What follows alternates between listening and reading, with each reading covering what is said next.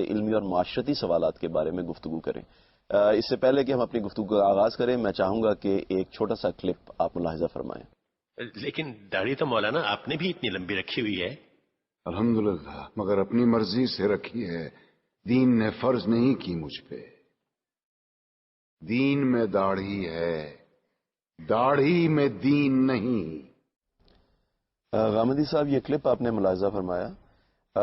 اسی کے حوالے سے بات اگر ہم کریں کہ داڑھی جیسی سنت کا کیا انکار کیا جا سکتا ہے؟ ایک ہی چیز کو دیکھنے کے مختلف زاویہ نظر ہو سکتے ہیں. میں نے یہ فلم نہیں دیکھی. کسی چیز کو اس کے سیاق و سباق میں رکھ کر جب تک نہ سمجھ لیا جائے اس کے بارے میں کوئی تبصرہ نہیں کرنا چاہیے. میں اس سے قطع نظر کر کے اپنا نقطہ نظر آپ کی خدمت میں پیش کیے دیتا ہوں. میرے نزدیک داڑھی مسلمان رکھیں گے، اس لیے رکھیں گے کہ ان کے پیغمبر نے داڑھی رکھی ہوئی تھی. وہ اپنے پیغمبر کے ساتھ محبت کرتے ہیں. آپ یہ جانتے ہیں کہ کسی شخصیت کے ساتھ جب انسانوں کا غیر معمولی تعلق ہوتا ہے، وہ اس سے متاثر ہوتے ہیں تو اس کی ایک ایک ادا کی پیروی کرنے کی کوشش کرتے ہیں. مسلمان بھی رسالت مآب صلی اللہ علیہ وسلم کے ساتھ غیر معمولی محبت رکھتے ہیں، اور رسول اللہ صلی اللہ علیہ وسلم کے بارے میں ہمیں معلوم ہے کہ آپ نے داڑھی رکھی ہوئی تھی. اس سے پہلے انبیاء علیہ السلام کے بارے میں بھی یہ بات ہمیں معلوم ہے. اس کا ایک فطری نتیجہ یہ ہے کہ آدمی جب محبت کے جذبات اپنے اندر پاتا ہے تو اس کا اظہار کرتا ہے، اور یہ اظہار مختلف اداؤں کو اپنانے کی صورت میں بھی ہوتا ہے. داڑھی بھی اسی نوعیت کی چیز ہے. مسلمان اس وقت بھی اسی جذبے کے ساتھ ہی رکھتے ہیں. مسلمان مستقبل میں بھی یہ رکھتے رہیں گے. جہاں تک دین کا تعلق ہے، دین کے احکام بالکل واضح ہیں. دین، شریعت، اس میں کیا ہدایت دی گئی ہے، کیا چیز فرض کی گئی ہے، کیا چیز پسندیدہ قرار دی گئی ہے، کس چیز کے بارے میں کہا گیا کہ یہ حرام ہے، کس چیز کے بارے میں کہا گیا کہ یہ مکروہ یا ناپسندیدہ ہے، وہ بالکل متعین اور بالکل واضح ہے. رسول اللہ صلی اللہ علیہ وسلم نے دین کے اس پورے کانٹینٹ کو، جو کچھ بھی دین میں شامل ہے، نہایت وضاحت کے ساتھ بیان کر دیا ہے. داڑھی کا اس سے کوئی تعلق نہیں ہے. یعنی یہ دین کے احکام کا حصہ نہیں ہے، شریعت کے احکام کا حصہ نہیں ہے. اس کو آئین محبت سے متعلق کرنا چاہیے. اس کا شریعت کے احکام سے یا دین کے احکام سے کوئی تعلق نہیں ہے. اصل میں غلطی یہی ہوئی ہے کہ ایک چیز جو دین کے احکام سے متعلق نہیں تھی اس کو دین کے احکام سے متعلق کر دیا گیا ہے. دین جن چیزوں کو موضوع بناتا ہے وہ چیزیں بالکل متعین اور بالکل واضح ہیں. دین اس کو موضوع بنائے گا کہ ہمیں اپنے بدن کی تطہیر کے لیے کیا کرنا ہے، اس کو موضوع بنائے گا کہ ہمیں اپنے اخلاق کی پاکیزگی کے لیے کیا کرنا ہے، اس کو موضوع بنائے گا کہ ہمیں اپنے کھانے پینے، خور و نوش کی پاکیزگی کے لیے کیا کرنا ہے. اللہ تعالیٰ کے ساتھ تعلق کے لیے وہ عبادات کے طریقے بتائے گا. دین کا تعلق ان موضوعات سے ہوتا ہے. حدیث میں تو بظاہر واضح طور پر رسول اللہ صلی اللہ علیہ وسلم کے احکامات ملتے ہیں جس میں انہوں نے داڑھی رکھنے کا حکم دیا ہے. دیکھیے، حدیث پر اگر آپ دقت نظر کے ساتھ غور کریں اور اگر آپ دیکھیں اور استقصاء کر کے دیکھیں تو یہ کل 3 حدیث ہیں. ان سب پر اگر آپ نظر ڈالیں تو یہ بات بالکل واضح ہو جاتی ہے کہ ان میں اصلاً داڑھی رکھنے یا نہ رکھنے کا مسئلہ ہی زیر بحث نہیں ہے. لوگ اس زمانے میں داڑھی رکھتے تھے، یہ ایک عام رواج تھا. بہت کم ایسا ہوتا تھا کہ لوگوں نے داڑھی نہ رکھی ہوئی ہو. داڑھی مونچھ کیسی ہونی چاہیے، احادیث میں یہ زیر بحث ہے. انبیاء علیہم السلام تہذیب نفس کے لیے آتے ہیں. وہ ہمیں آداب سکھاتے ہیں. یہ بتاتے ہیں کہ ہم اگر کوئی لباس پہن رہے ہیں، ہم اگر اپنی وضاقتہ میں کوئی تبدیلی کر رہے ہیں، ہم اگر اپنی چال ڈھال کا کوئی انداز اختیار کر رہے ہیں، ہم اب اپنی بات چیت کا کوئی اسلوب اگر اختیار کر رہے ہیں تو اس میں اخلاقی چیزوں کو کیسے ملحوظ رکھیں. تو رسالت مآب صلی اللہ علیہ وسلم نے مختلف موقعوں پر لوگوں کو توجہ دلائی کہ یہ جو بعض لوگ اس طرح کی وضاقتہ بنا لیتے ہیں کہ وہ بڑی بڑی مونچھیں رکھ لیتے ہیں، داڑھی یا مڑوا لیتے ہیں یا بہت چھوٹی داڑھی رکھتے ہیں، یہ چیز متکبرانہ وضع پر دلالت کرتی ہے. تکبر دین میں ایک بڑا جرم ہے. رسول اللہ صلی اللہ علیہ وسلم نے تکبر کی تمام علامتوں کے بارے میں لوگوں کو متنبہ کیا اور قرآن مجید نے بھی متنبہ کیا ہے. آپ یہ دیکھیے کہ قرآن مجید یہ بتاتا ہے کہ تمہاری چال متکبرانہ نہیں ہونی چاہیے، تمہاری آواز متکبرانہ نہیں ہونی چاہیے. تو رسول اللہ صلی اللہ علیہ وسلم نے بھی لوگوں کی وضاقتہ کے بارے میں ان کو متنبہ کیا. اور بعض لوگ عام طور پر جس طرح کی داڑھی مونچھ رکھتے تھے اسے آپ نے ناپسند فرمایا اور اسی چیز کو آپ نے مختلف موقعوں پر بیان کیا. اس کی میں ایک مثال سمجھانے کے لیے عرض کرتا ہوں. دیکھیے، ہم اپنا سر منڈوا دیتے ہیں، دین کو اس پر کوئی اعتراض نہیں ہے. حج کے موقع پر آپ حلق کراتے ہیں، سارا سر منڈوا دیتے ہیں. یہ معاملہ دینی لحاظ سے زیر بحث ہی نہیں آتا. لیکن اگر آپ نے بال رکھے ہوئے ہیں تو رسول اللہ صلی اللہ علیہ وسلم نے ہدایت فرمائی، کیونکہ میں نے پہلے جس طرح کی عرض کیا انبیاء علیہم السلام آپ کو تہذیب سکھاتے ہیں، تو حضور نے ہدایت فرمائی کہ آپ اپنے بالوں کو بنا سنوار کر رکھیں. اب ظاہر ہے کہ اس حدیث سے اگر آپ یہ استدلال کریں کہ اس میں بال رکھنے کا حکم دیا گیا ہے تو یہ غلط استدلال ہوگا. بال رکھے ہوئے ہیں تو ان کو کیسے رکھنا چاہیے، بنانا چاہیے، سنوارنا چاہیے. آدمی کو بھوت بن کر لوگوں کے سامنے نہیں آنا چاہیے. بالکل اسی طرح سے اگر آپ نے داڑھی مونچھ رکھی ہوئی ہے تو اس میں کیسی وضع ہونی چاہیے، یعنی کیا اوباشوں کی سی داڑھی ہونی چاہیے یا شرفا کی داڑھی ہونی چاہیے. تو داڑھی اور مونچھ کے مابین توازن کیا ہونا چاہیے، احادیث میں یہ چیز زیر بحث ہے. اسی کو نہ سمجھنے کی وجہ سے ہمارے ہاں بعض چیزیں ایسی ہیں کہ جو دین میں نہیں ہے لیکن وہ دین میں داخل ہو جاتی ہیں، اور بعض چیزیں جن کی وہ اہمیت دین میں نہیں ہوتی ان کو وہ اہمیت دے دی جاتی ہے. میں چاہوں گا کہ ایک چھوٹا سا کلپ آپ ملاحظہ فرمائیں. آپ نے کہا جینز زدہ نوجوان یا اسلامی حلیہ.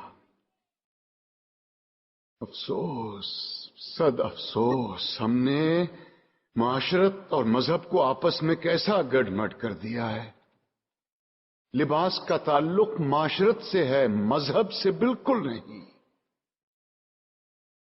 یہ کیسے ممکن ہے کہ ایک ایسا دین جو بقول ہمارے ساری کائنات اور تمام زمانوں کے لیے اتارا گیا، وہ لباس کے لیے کسی ایک خاص یونیفارم پر اصرار کرے؟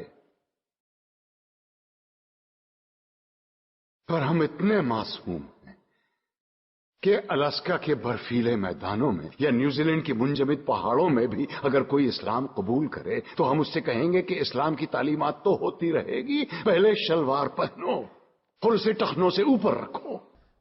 جی غامدی صاحب، یہ کلپ آپ نے ملاحظہ فرمایا. حدیث میں یہ بات بھی بیان ہوئی ہے کہ رسول اللہ صلی اللہ علیہ وسلم نے داڑھی اور اس طرح کی اور دیگر چیزیں، لباس، وضاقتہ، اس کے حوالے سے کچھ ایسے احکامات دیے جس سے مسلمان اپنی شناخت کرتے تھے، جس سے مسلمانوں کی پہچان ہوتی تھی. ایسا کبھی نہیں کیا گیا. دیکھیے بات یہ ہے کہ مسلمانوں کی پہچان کیا چیزیں ہیں. رسول اللہ علیہ وسلم کی ایک بڑی ہی خوبصورت حدیث ہے جس میں جبریل امین نے آپ کے ساتھ ملاقات کی ہے، اور اس میں یہ سوال کیا گیا کہ اسلام کیا ہے. تو آپ نے بتایا کہ اسلام یہ ہے کہ تم اس بات کی شہادت دو کہ اللہ کے سوا کوئی معبود نہیں ہے، محمد صلی اللہ علیہ وسلم اللہ کے پیغمبر ہے، نماز کا اہتمام کرو، روزے کا اہتمام کرو، حج کا اہتمام کرو. یہ شناخت ہے مسلمانوں کی. یعنی مسلمان نماز پڑھنے کے لیے جائیں گے، مسلمان حج کرنے کے لیے جائیں گے، مسلمان روزہ رکھیں گے رمضان میں، تو یہ چیزیں ان کی شناخت بنیں گی. ان کو رسالت میں آپ صلی اللہ علیہ وسلم نے شناخت کی حیثیت دی ہے. اس طرح کی کسی چیز کو کبھی شناخت کے طور پر پیش نہیں کیا. عام طور پر جو اس طرح کی ایک روایت بیان کی جاتی ہے اس میں در حقیقت یہ مسئلہ ہی زیر بحث نہیں ہے. وہاں تو مسئلہ یہ زیر بحث ہے کہ مسلمانوں نے جب قریش کے خلاف اقدام کرنا شروع کیا ہے تو اس میں مسلمان بھی بستیوں میں موجود تھے. ان کو یہ کہا گیا کہ آپ اپنے آپ کو نمایاں کر لیں اور کسی ایسے طریقے سے نمایاں کر لیں جس سے کہیں آپ کے خلاف کوئی اقدام نہ ہو جائے. اس میں یہ الفاظ آئے ہیں کہ من تشبہ بقوم فہو منہم، یعنی اگر تم لوگ ان کے ساتھ مشابہ رکھو گے اپنے آپ کو، انہی جیسے بن کر رہو گے تو نتیجے کے طور پر ہے ممکن کارروائی تمہارے خلاف ہو جائے. اس موقع پر بھی جس چیز کو شناخت کی حیثیت دی گئی وہ قرآن میں زیر بحث آ گئی ہے.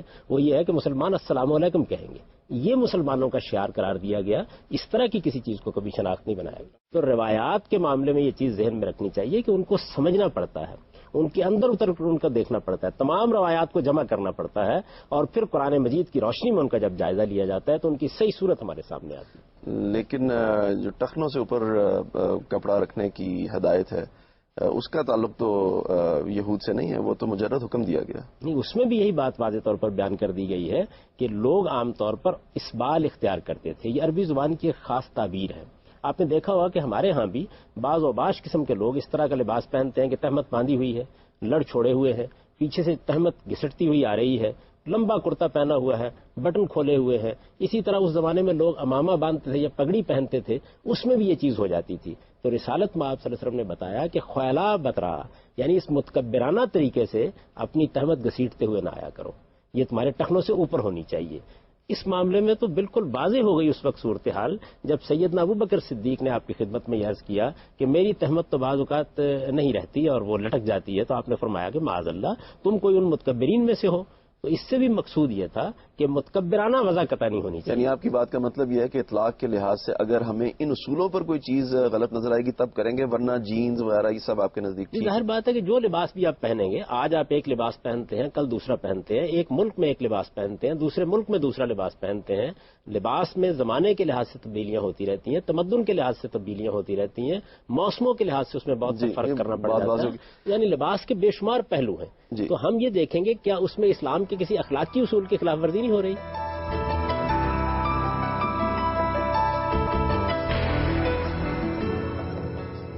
غامدی صاحب، کیا اگر اخلاقی اصولوں ہی پہ دیکھا جائے تو موسیقی جیسی چیز جس میں فحاشت پائی جاتی ہے، کیا اس کو ہم جائز قرار دے سکتے ہیں؟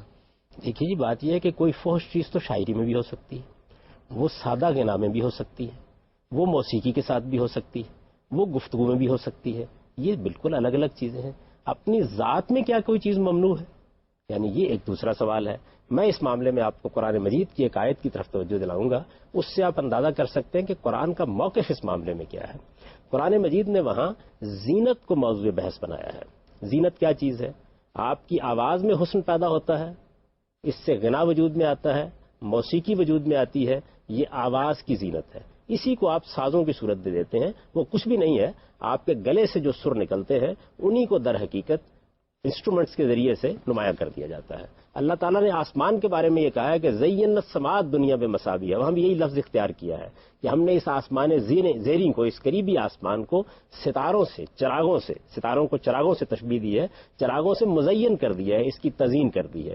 تو تزئین کی جتنی چیزیں ہیں، خواہ وہ آواز کی تزئین ہو، کلام کی تزئین ہو جو شاعری اور کلام موضوع کی صورت اختیار کر لیتی ہے، یا کسی اور چیز کی تزئین ہو، اس کے بارے میں عام طور پر مذہبی رویے منفی رہے ہیں. قرآن مجید نے اس پر تبصرہ کیا ہے. سورہ اعراف کی آیت 32 میں تبصرہ کیا ہے. اور دیکھیے کس خوبصورتی کے ساتھ اپنا موقف بیان کیا ہے. قرآن نے بات یہاں سے شروع کی ہے کہ کل من حرم زینت اللہ التی اخرج لعبادہ. اے پیغمبر آپ ان سے کہیں کہ اللہ نے یہ جو زینتیں اپنے بندوں کے لیے پیدا کی ہیں، یعنی اخرج لعبادہ ہی اپنے بندوں کے لیے پیدا کی ہیں، ان کو حرام کرنے کی جسارت کون آدمی کر رہا ہے؟ والطیبات من الرزق. اور اللہ تعالیٰ نے پاکیزہ چیزیں کھانے پینے کے لیے بھی لوگوں کے لیے پیدا کی ہیں، ان کو کون حرام قرار دینے کی جسارت کرتا ہے؟ یعنی بڑی تہدید کے ساتھ یہ بات فرمائی ہے کہ اللہ نے یہ سب چیزیں اپنے بندوں کے لیے پیدا کی ہیں. ان تمام چیزوں کے بارے میں کسی شخص کو بھی اپنی طرف سے حرمت کا فتویٰ لگانے کی جسارت نہیں کرنی چاہیے. اس کے بعد دیکھیے کیا فرمایا.